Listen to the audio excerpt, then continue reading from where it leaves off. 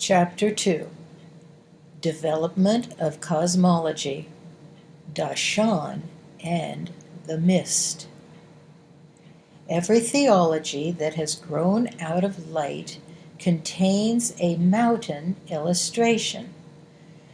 Judaism and Christianity have Sinai, where Moses talked to God and from which Moses descended, bringing the commandments to those on the slopes below. The childlike founder of Christianity was taken to a mountain to be tempted. He delivered one of the great sermons of the world from those slopes of a mountain.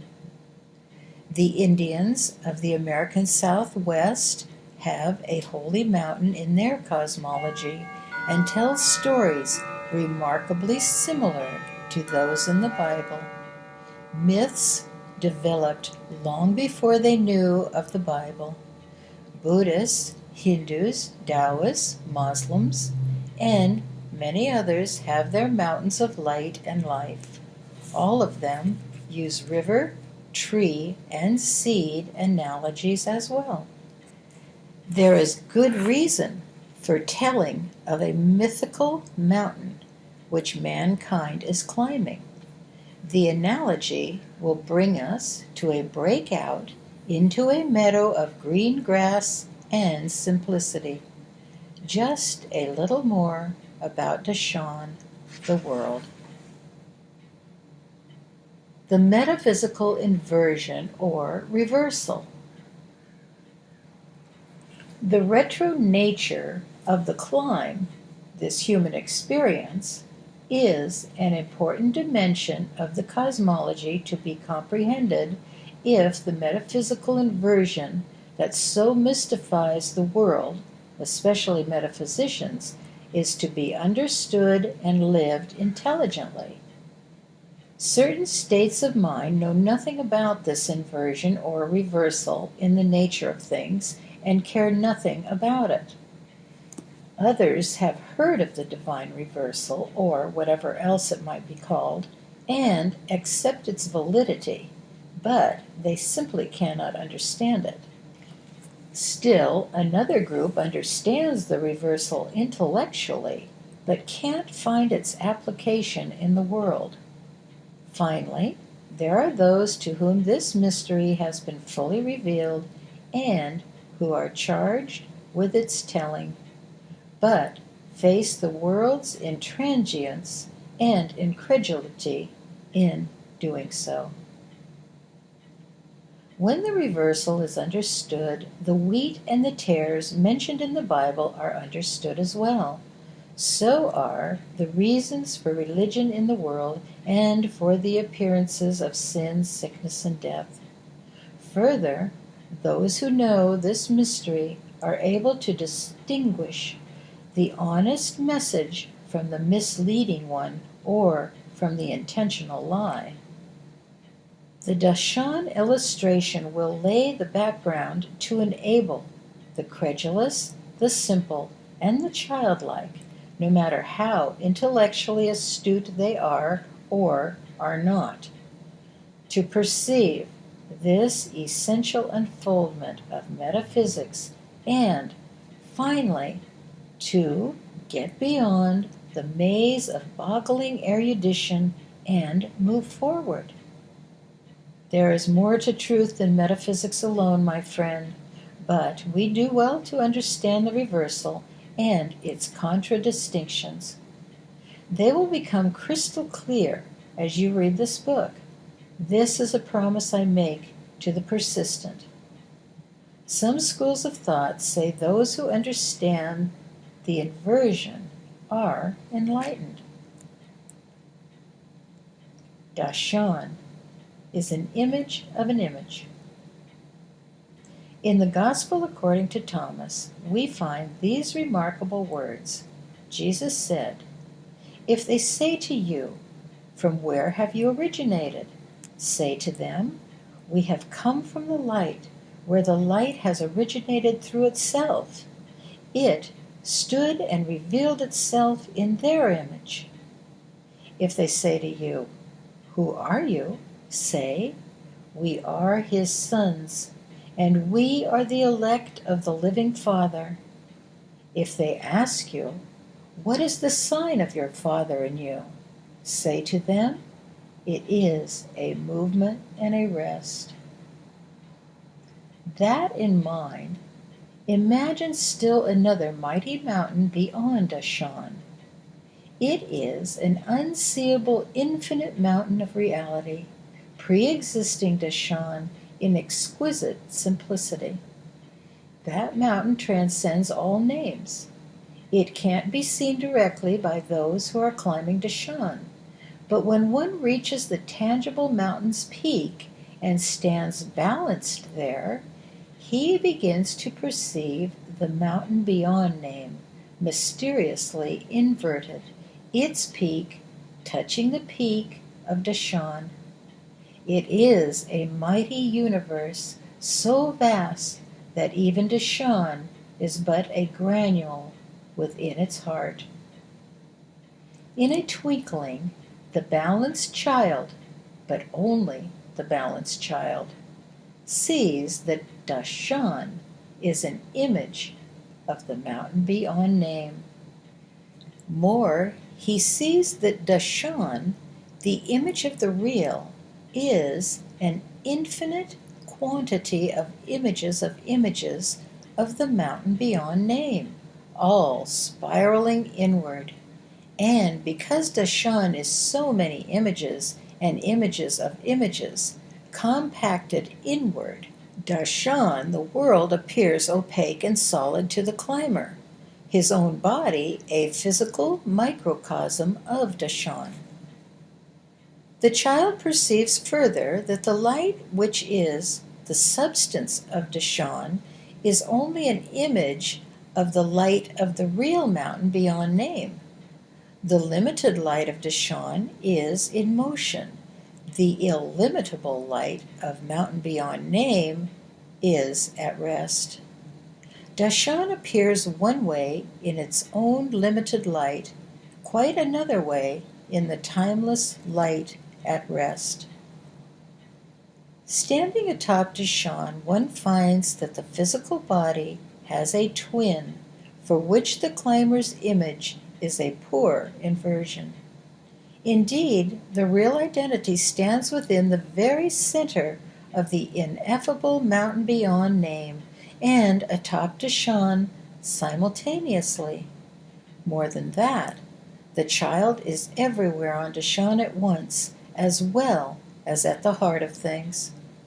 This other identity has a name: the child, the Christ light, the guide, the original one I am, the comforter, Messiah, which has never left the state of grace of mountain beyond name, and has never been bound by the world's time and space, even while appearing there. Atop Shan, the balanced view, the child's view, begins to comprehend that everything under its feet is imaged confirmation to infinity of the real, that everything beneath the balanced foot exists in time's inward spiral, present to confirm eternal timelessness and infinite spacelessness. So, as the good people of Kwang-se often say, what does this mean? For starters, it means that at each moment of time on the face of Shan, the unbound, unconfined child within us is available to guide our way to Shan's peak, wherein time ends and timelessness exists already. What does the Christ child, the heart within us, tell us that helps our ascent? That, in truth, the real of us is victorious already, and in proportion to our belief that those words are true, this tangible experience in the world of people, places, and things progressively moves to confirm that fact, proving the light of the eternal, appearing in our experience as another step toward the truth, another glimpse. How?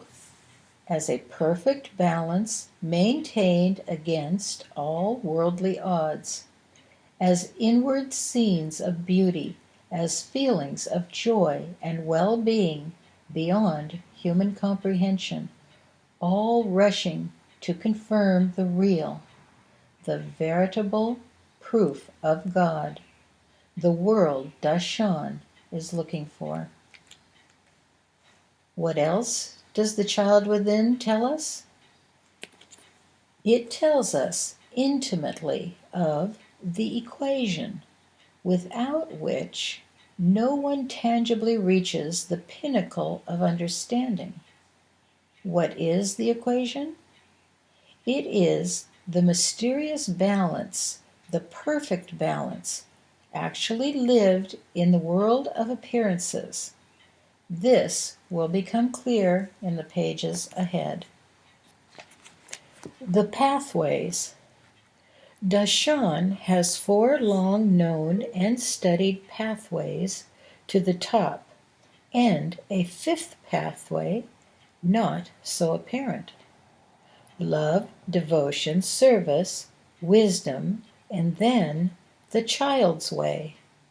5 avenues in all, like 5 approaches, 5 balances, 5 trees, as early Christians spoke of them.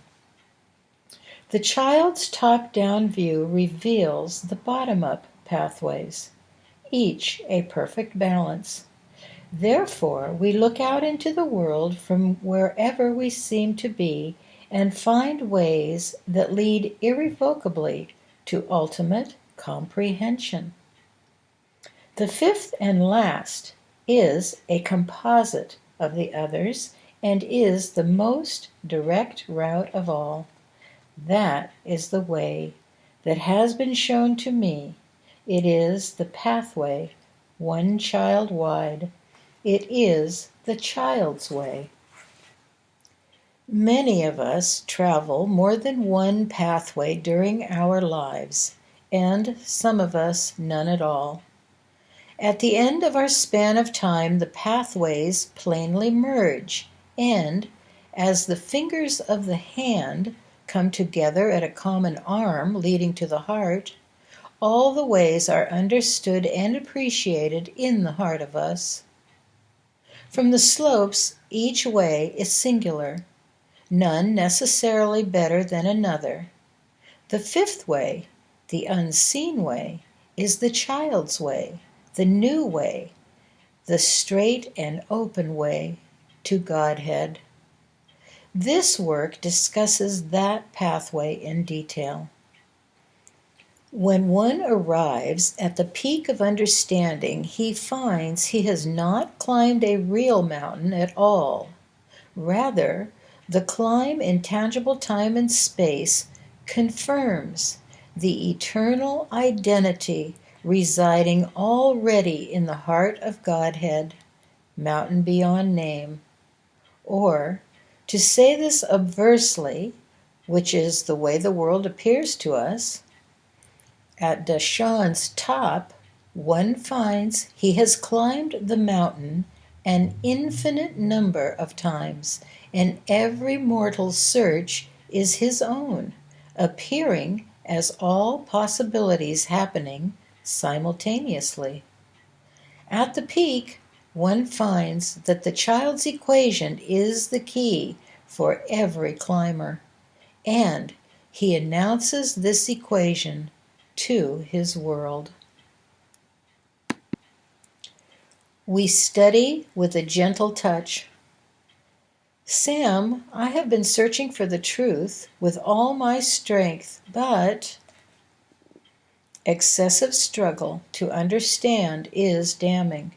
Too much effort can be as much anathema to truth as too little. The very one who strives with might and main to crash the gates of comprehension is the one least likely to find the feast within.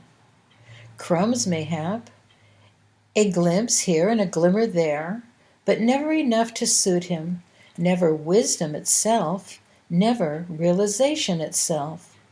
The one who climbs towards the truth will ever be the climber. The one who struggles will ever be the struggler. Reading for information is an effort, but reading for confirmation is a joy. The one who grits his teeth and juts his jaw is the metaphysical masochist who beats his head against a wall he builds himself by insisting he is the ignorant one. The climber and the mountain he struggles to climb are one climber. Listen softly, listen gently. Consider the difference between measuring a tree and being a tree. Identified as a rootlet, a twig, a leaf, or a limb measuring the tree, the leaf reaches outside that sense of identity and measures the near infinity of self and wonders how can it be done. Identified as the tree is the measure, and the looking is confirming joy. Whatever wig-wagging gyrations the leaf on a tree may perform, it is the tree living the leaf, and the leaf is nothing of itself. The tree is the leaf, and the leaf needs not but to be itself, which is being already in fact, through no prowess of its own. Listen again. The bud on the tree, closed within itself in darkness, may think it is an identity capable of independent action. It may feel it is blooming itself through its own great effort. But when the bud opens into the light of day, it looks round about with new amazement and declares, "Tree am I, not bud. Tree is being all that I am. Tree is me and all I see. Tree is being this identity. Not bud at all, not Bill, not Rachel, not Janice. Tree is being all I am. As a bud, I am nothing of myself at all, at all. Tree am I, neither suffering nor afraid. Wisdom atop the mountain of knowledge am I, not a climber, not a climber." Reader, do you see this? Do you see the wisdom of letting go? Do you see the stifling, self-perpetuating arrogance of viewing oneself as an anguished climber still struggling to make a breakthrough? If one must struggle, then let him struggle to confirm the wisdom he already is in truth. The effort to lift ignorance up to wisdom merely perpetuates the belief of an identity in need of an uplift. We let go excessive effort to put off the old identification. We sit easy. We rest in already.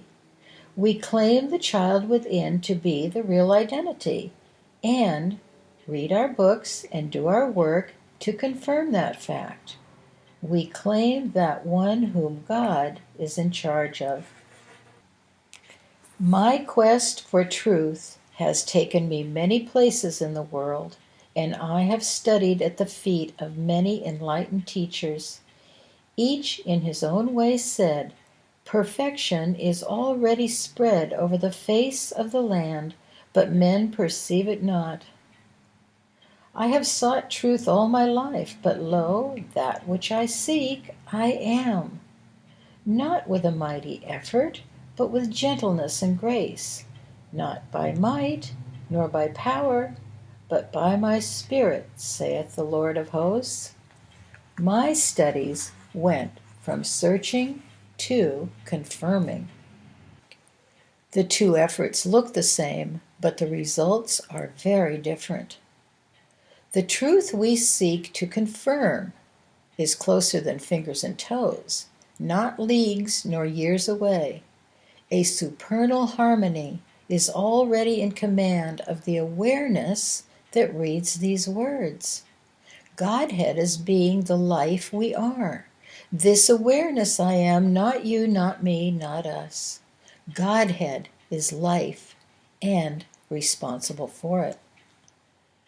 We begin the break with mortal mind, the misidentification, the old man, the liar from the beginning, when we admit to the empty nothingness of an ego struggling to climb the mountain of comprehension. Rather, we acknowledge the allness of Godhead and its self-awareness. There is nothing unenlightened about the awareness looking at these words, though we may long hold to the old belief that we are ignorant of truth.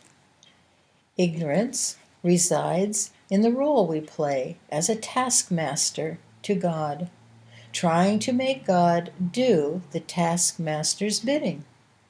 Only the taskmaster needs a breakthrough. Tree of life am I, and as tree tends its blooms and its blossoms, Godhead tends me. Everyone who has studied with me knows we suggest that our study be done with a tender touch. When the symbols of symbols get heavy, and they do over and over, we put them down for a time to look at the symbol directly. It is nice to read a book about trees, another thing to walk among them. The walk makes the reading easier, and without the walk, the reading remains incomplete. A grand wisdom is being the consciousness that reads these words and looks outside the window at the trees standing silently there. We are prone to become profound with a book in our hand, but how much more profound one can be while touching a tree in the wild wood or tending the needs of a stranger. What is this business of analyzing, comparing, and judging everything endlessly? Why the excessive flood of words to get at truth, when truth existed before words came into being? Words are an essential tool, yes, and Shan is better because of them. But there is a marvelous balance between the book and the trees, between the study of words of truth and the living of them. Reader, is this too simple and naive? Intellectualism thinks so, but intellectualism without the heart has failed at being at peace. This simple act of naivety, this inane and childish bit of silliness, will soothe the troubled breast and open the doors of the heart to arenas the intellect knows nothing about. Let me take you there. First mention of the divine equation. In Kwang-se, the group sat talking. With all my travel and study, I've never heard of the equation, the soldier groused. I haven't either, said the minister. Neither had Lee nor Mary. Han said, one who doesn't live the divine equation simply doesn't know of it. To know it without living it is to be dead. To know it is to live it. Personally, I do not know how one can know he knows it without living it, but I don't know everything. But friend Han, shouted the soldier, you just told us that the real identity of each of us is omniscience itself. How can one be that and still not know everything? Han said, God knows everything, but I don't. I am merely the knowing of God, so I certainly don't know everything. That doesn't make sense, not a damn bit of sense, the soldier said. I call that circular reasoning, he added, leaving the room. Knower, knowing, known. Knower, knowing, known.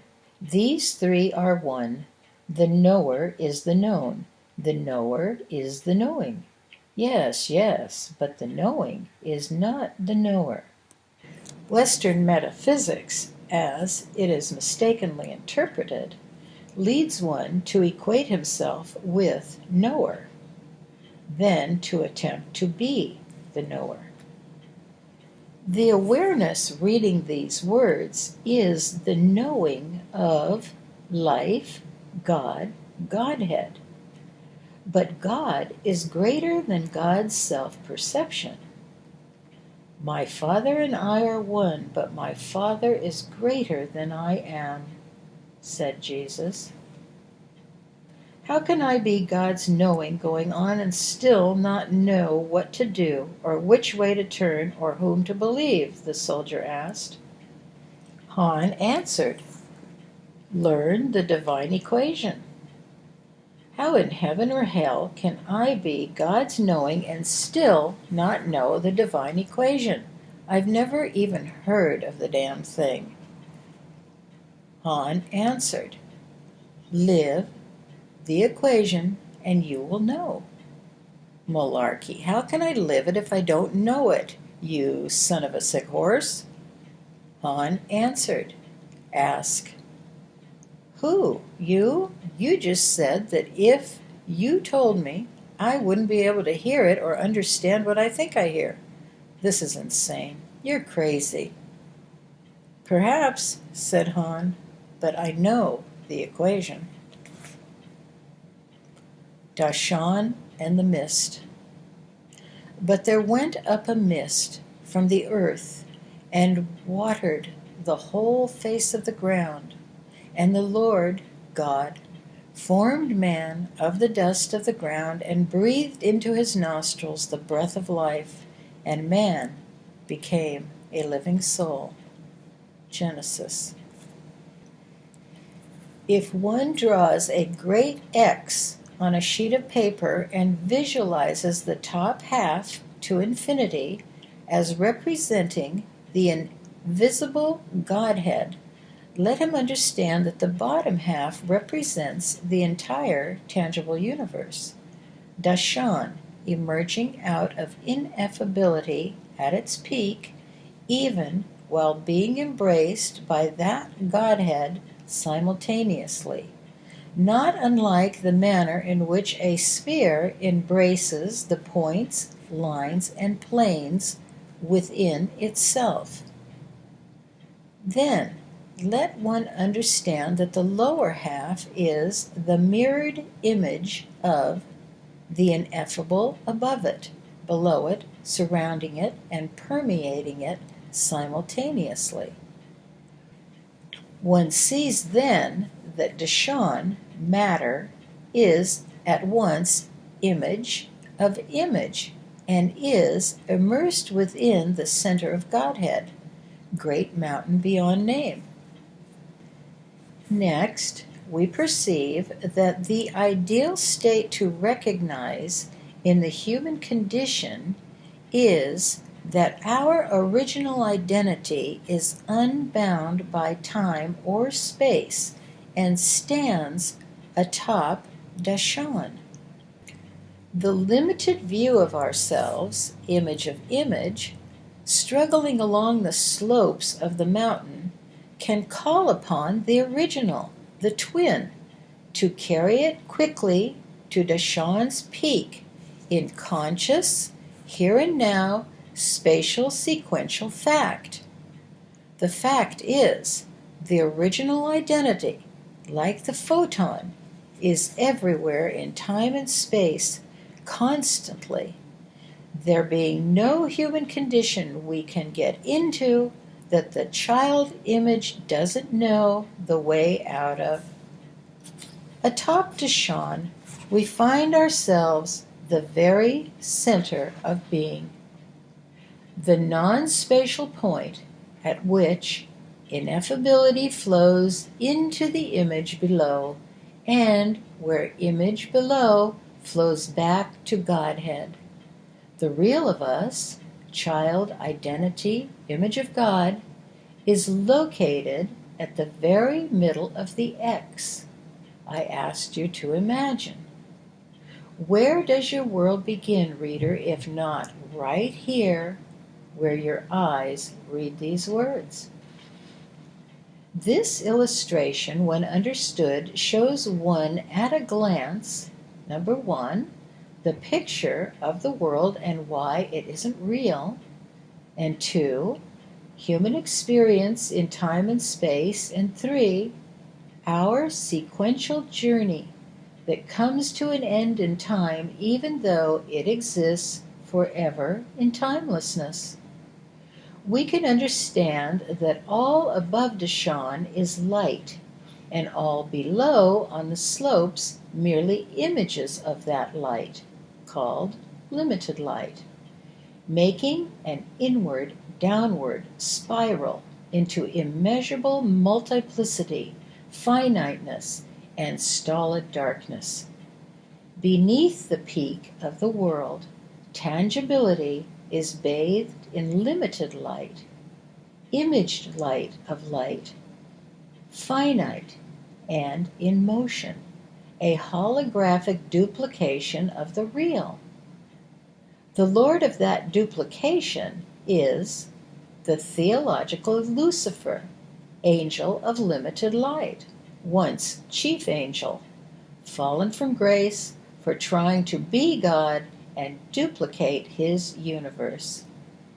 Later, we will see that nothing has fallen from grace really, despite theology's sundry interpretations of Holy Writ.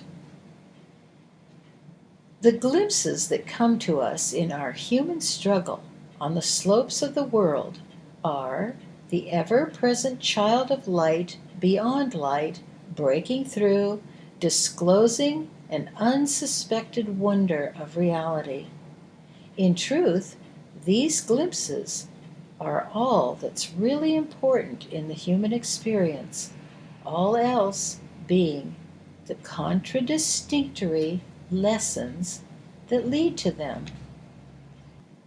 Our prayers, meditations, yearnings, longings, and spiritual leadings are ever directed by Godhead through the child of us, the original of us who resides atop Dashan in the bosom of God.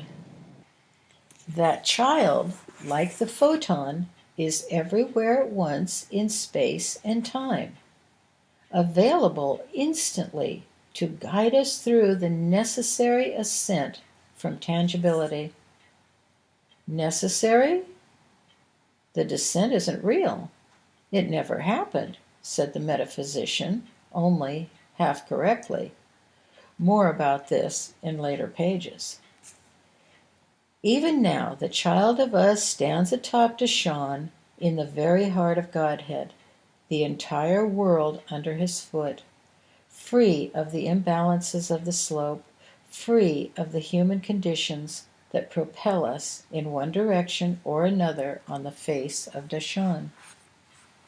The child is ever the Christ-light, soul of ourself, capable of hearing our every needful desire along the slopes and absolutely willing to help us make the upward, propelling decisions and movement on the slopes of Dashan, unavoidable image world of the discipline.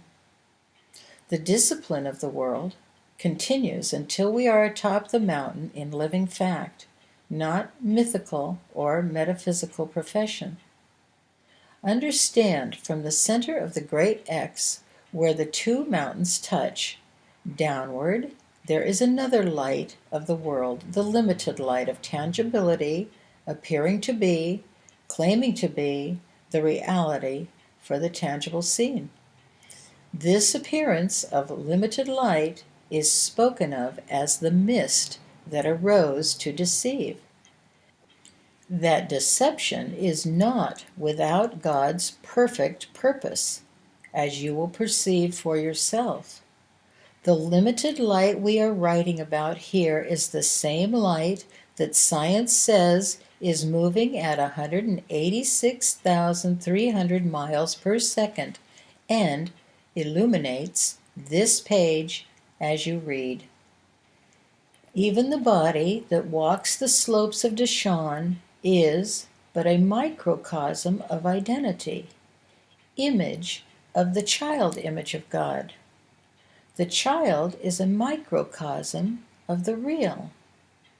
The physical body of the present reader is quite capable of reaching the top of the mountain of understanding within its lifespan, no matter its age or condition, and, in doing so, brings attention ever more to the child real, and ever less to the body of flesh. More, we find the physical body's purpose in the tangible world is to do the will of Godhead.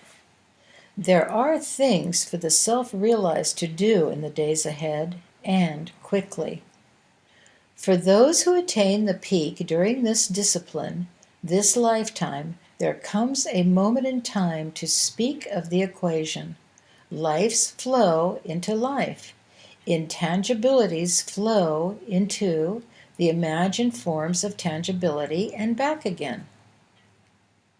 For a time, the child of us speaks to the entire world, and the world, having become the subjective world of our attainments and learnings, has also become our imaged selfhood.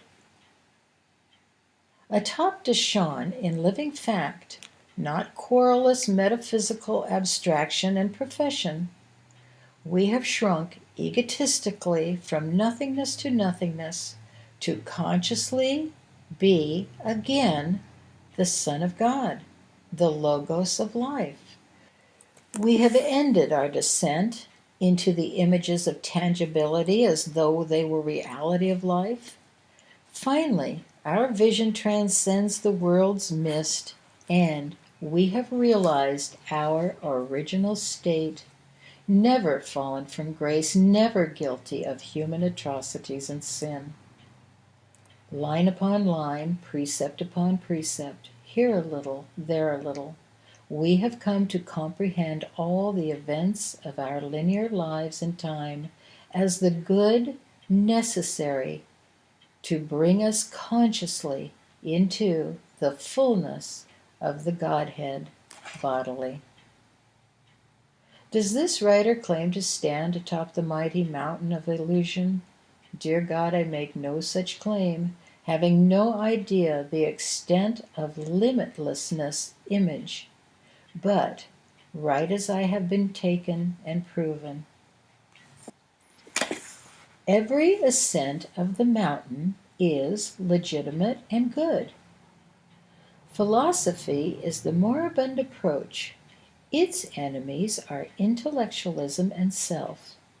Theology, or religion, the pathway of faith, is brilliantly straight and true insofar as it keeps us mindful of God, simple and childlike, honest and helpful to mankind. Its enemies are the objective bias and leaders who worship themselves before they have turned to God. Metaphysics and psychology make a direct approach, albeit with many devastating side trails and entrapments.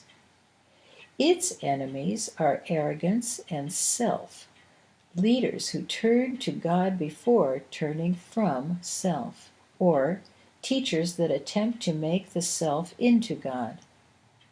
Service and love are the wonderful way wherein the equation is lived without stint and without thought, enwrapping everything in equality and tenderness.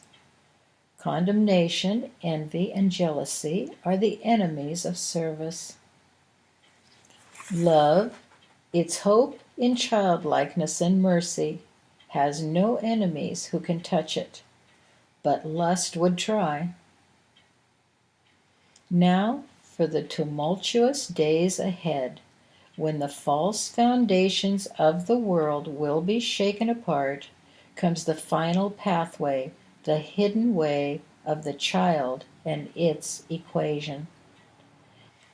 Everyone who can see the child of himself still acting in any of his ways will be capable of running quickly to the final blossom of life, calling to the Christ light of himself for unfailing help and respite.